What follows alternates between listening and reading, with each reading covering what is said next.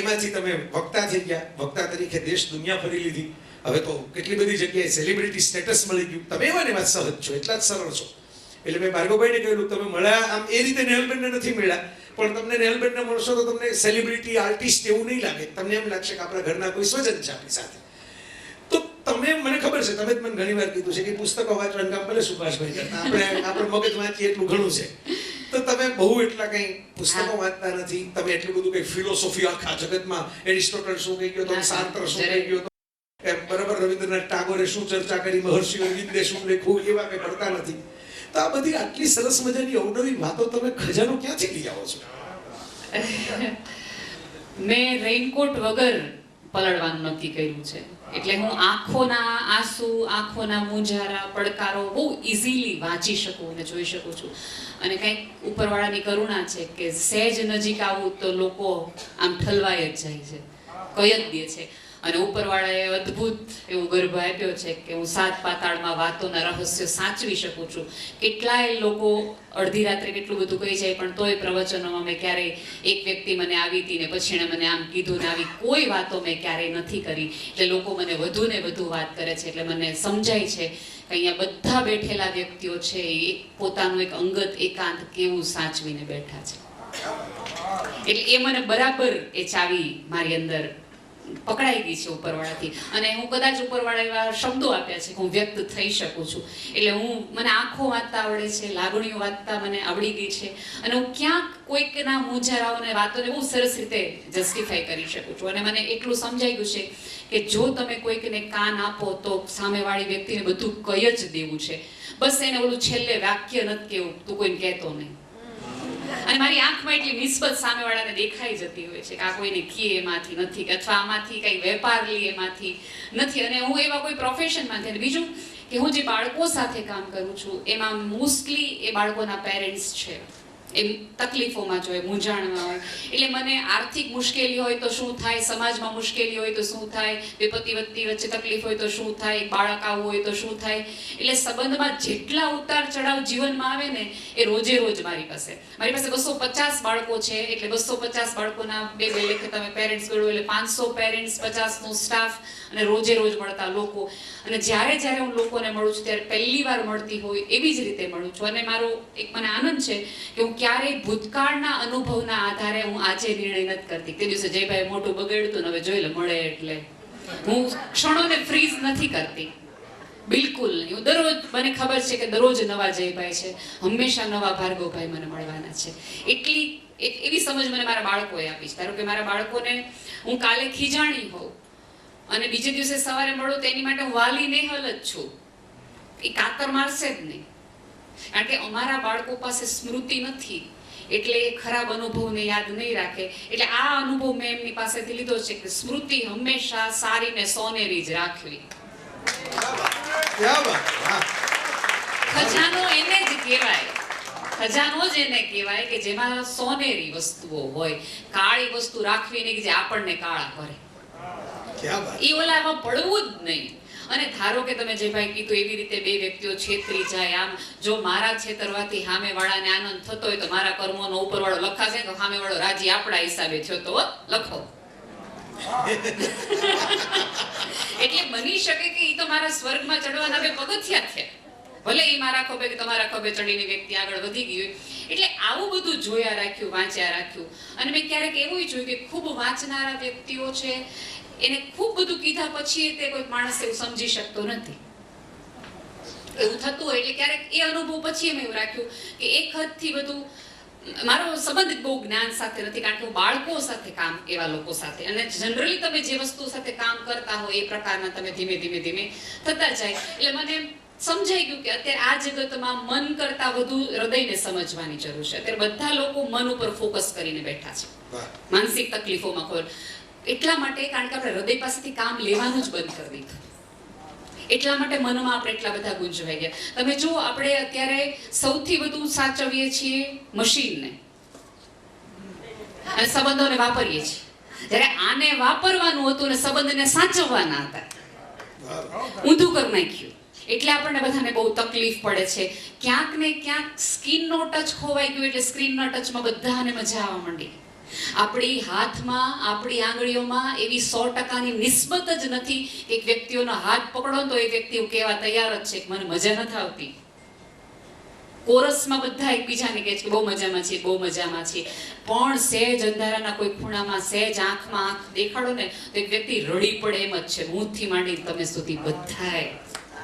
પણ હાલ ઊભું રહેવા માટેનો સમય કોઈ પાસે નથી, અને મારી પાસે સમય છે એટલા માટે કદાચ મારાથી આ વાત થઈ છે. તમે નેહલબેન બોલ્યા એમાંથી મને એક સરસ વાક્ય યાદ આવી ગયું. એક હોલિવૂડની ફિલ્મમાં મેં ડાયલોગ સરસ સાંભળ્યો, ભગવદ્ ગીતાના શ્લોક યાદ આવી જાય એવો. Anger is a manifestation of pain. હા, એવું યસ. પેઇન, પેઇન, પેઇન, દર્દ. ગુસ્સો જે છે ને એ દર્દનું જ એક બીજું સ્વરૂપ છે. પહેલા તમને આઘાત લાગે હંમેશા, પહેલા તમને હે મારી સાથે આવું કર્યું, આને આવું કર્યું, આમ આપણે જે અમુક ક્રાઇમ જોઈએ છીએ કે આમ આવેશમાં આવીને આમ છરો મારી દીધો કે ધક્કો મારી દીધો, પણ એની મૂળ પેલો જે ધૂંધવાટ અંદર થઈ ગયો કે મારી સાથે પેલું anger is a manifestation of pain.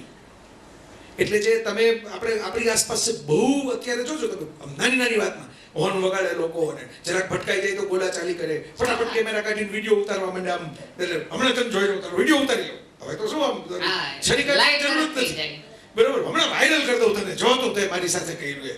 બરાબર, આ જે બધું ચાલે છે એનું મુખ્ય કારણ એ છે કે તમે કહો છો માણસ અભાવમાં છે.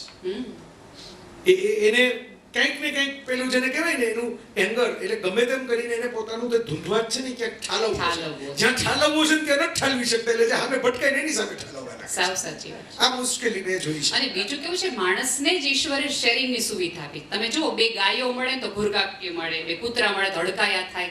માણસ એક જ એવો છે કે બીજાને મળે તો સ્માઈલ કરી શકે. સ્માઇલની સુવિધા ઉપરવાળાએ મને તમને સ્પેશિયલી આપી છે. આખી આટલી એને 7 અબજની પ્રજાતિઓ અલગ અલગ પ્રકારની બનાવી છે. માણસ એકને જ એક સ્માઇલ આવે છે, પણ માણસ અત્યારે એકબીજાને મળે ત્યારે ડોળા જ ફાડે છે. અને અથવા તો તમે હસો ને કોઈની સામે તો પહેલું વાક્ય એ માણસના મોઢામાંથી કે સ્ત્રીના મોઢામાંથી હોય, આપણે ઓળખીએ જ, આપણે મળ્યા જ. એનો અર્થ એ છે કે મારું ને તમારું એક પૃથ્વી પર હોવું, મારું ને તમારું માણસ હોવું એ સંબંધ છે જ નહીં. અરે એક જ પૃથ્વીમાં આપણે શ્વાસ ને ઉશ્વાસમાંથી પસાર થઈએ છીએ. એક નાની એવી પ્લેનની યાત્રા છે, એમાં આપણે બે સાથે થોડીક ક્ષણો માટે રહેવાના છીએ, તો એમાં સ્માઇલ ન કરી શકો? સ્માઇલ આપણે, તમે જુઓ, કોઈ બોલાવે નહીં તો આપણે બોલતા નથી. અને અત્યારે તો સંબંધો એટલા બધા મૌન છે. ઈ ફોન ન કરે તમારે હે ના કરવાના, એ મેસેજ ના રિપ્લાય ન કરે તો હું કામ કરું? મારે સરસ રીતે રહેવું છે, મને મજા આવે છે, એટલા માટે હું ફોન કરીને મુક્ત થઈ જાઉં છું. હું સામેવાળાને ક્ષમા એટલા માટે કરું છે કે મારે મગજમાંથી કાઢી નાખવું છે. ક્ષમા કરીને હું સામેવાળાને આપતી નથી, મારી જાતને બધું સુખી કરું છું. આ બધી નાની નાની વાતો છે કે તમે સ્માઇલ બેફામ કરો અને વખાણ બહુ દિલથી કરો. ખરેખર વખાણ બહુ દિલથી કરો. અને અપમાન જ્યારે જ્યારે કરો ત્યારે યાદ રાખો કે એવું ઉધાર છે કે સવાયું થઈને પાછું આવશે એક સમય. એટલે એના કરતા દિલ ખોલીને વખાણ કરો. આજ 3 વખત કફીના વખાણ કર્યા હોય તો 60 વર્ષે વૃદ્ધ લાગીશ ને ત્યારે ભાર્ગવભાઈ કહેશે, બેન તમે કેવા સરસ લાગતા હતા તે દી. હું ભૂલી જઈશ મારું સૌંદર્ય, પણ એમને યાદ રહેશે.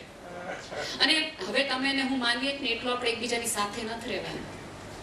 હું ને તમે કદાચ 80 વર્ષ રહેવાના હોય ને તો કદાચ 40 થી 20 કલાક એકબીજાની નજર સામે આવવાના.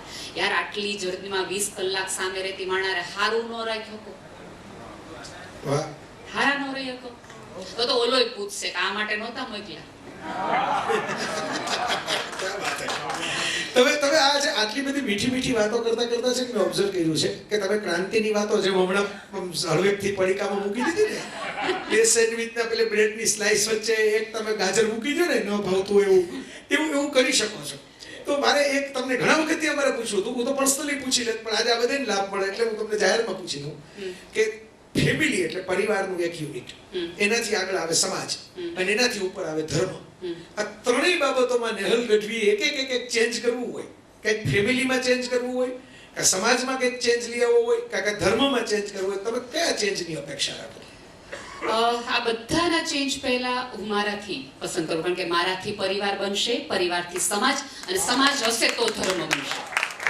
એટલે પહેલું નેહલમાં જે બધા ખોટા વસ્તુઓ પડી છે એ બદલાવાનું શરૂ કરીશ. અને તેમ છતાં જો મારે બદલાવાનું હોય તો પરિવારમાં એક મોટામાં મોટી તકલીફ અત્યારે બધાની એ થઈ ગઈ છે કે બધું કહેવાનું, બધું શેર કરવાનું, આ કરવાનું. એટલે નવી પેઢી છે એને પ્રાઇવસી જોઈએ છે અને આપણે સાથે રહેવું છે. તો આપણે શું રાખવું પડશે કે હોલમાં આપણે સાથે, રૂમમાં તમને તમારી પ્રાઇવસી મળી જશે. તમને જુદું ઘર જોઈએ છે, મજાથી બેઠા રહ્યો, શનિ રવિ મળતા રહેશું. આટલો ચેન્જીસ આપણે થોડું ઘણું એકબીજાએ લાવવો પડશે. આ ફેરફાર જેટલો ઝડપી આપણે કરી શકશું અને એ ફેરફાર આપણે જ કરવો પડશે, કારણ કે આપણને જીવનનો અનુભવ એ લોકો કરતા વધુ છે. આપણે વધુ જીવ્યા છીએ, આપણે મોટા છીએ, એટલે બદલાવ આપણે જ લાવવો પડશે. કારણ કે રોજ સવારે આપણે અરીસામાં આપણને જ બદલાતા જોયા છે.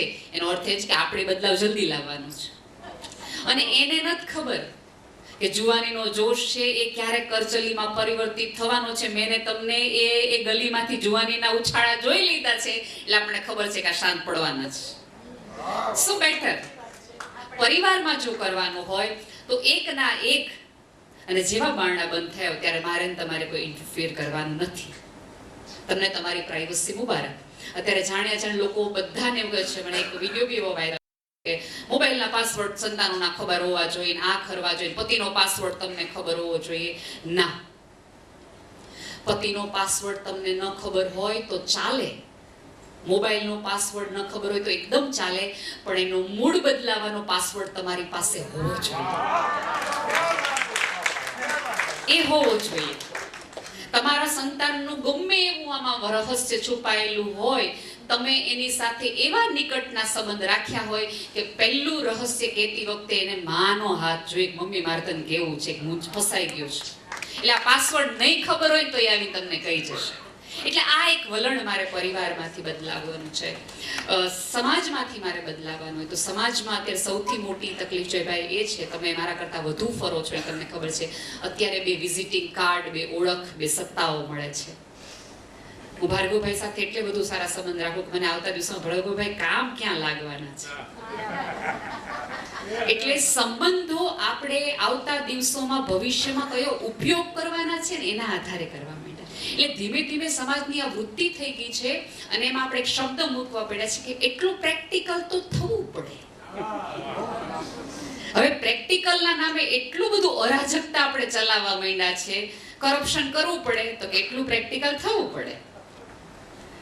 ટ્રાફિક નિયમો તોડવા પડે તો આપણે તરત પાછા એમ કહીએ એટલું તો પ્રેક્ટિકલ થવું પડે આ જમાનામાં, એટલું તો ચાલે. એટલે આ પ્રેક્ટિકલની માનસિકતા છે એ સામાજિક રીતે ભેદભાવ જે વધુ પડતા વધુ છે.